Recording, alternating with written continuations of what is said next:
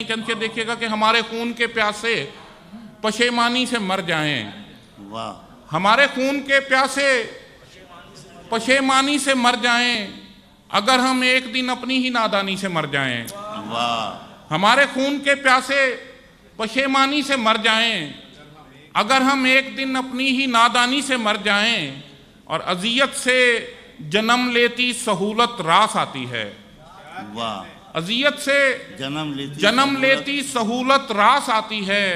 कोई ऐसी पड़े मुश्किल के आसानी से मर जाएं। अरे वाह वाह वाह, क्या कहना, वाह वाह वाह। अजियत से जन्म लेती सहूलत रास आती है। वाह वाह वाह, बहुत शुक्रिया इरफान भाई। अजियत से जन्म लेती सहूलत रास आती है। कोई ऐसी पड़े मुश्किल के आसानी से मर जाएं। और बना रखी हैं दीवारों पे तस्वीरें परिंदों की।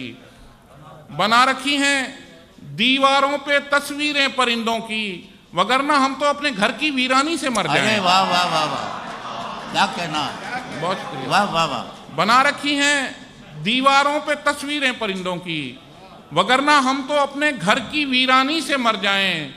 और कहीं ऐसा ना हो या रब कि ये तरसे हुए आबिद, कहीं ऐसा ना हो या रब कि ये तरसे हुए आबिद तेरी जन्नत में अशिया की फरावानी से मर जाएं। अरे वाह वाह वाह वाह,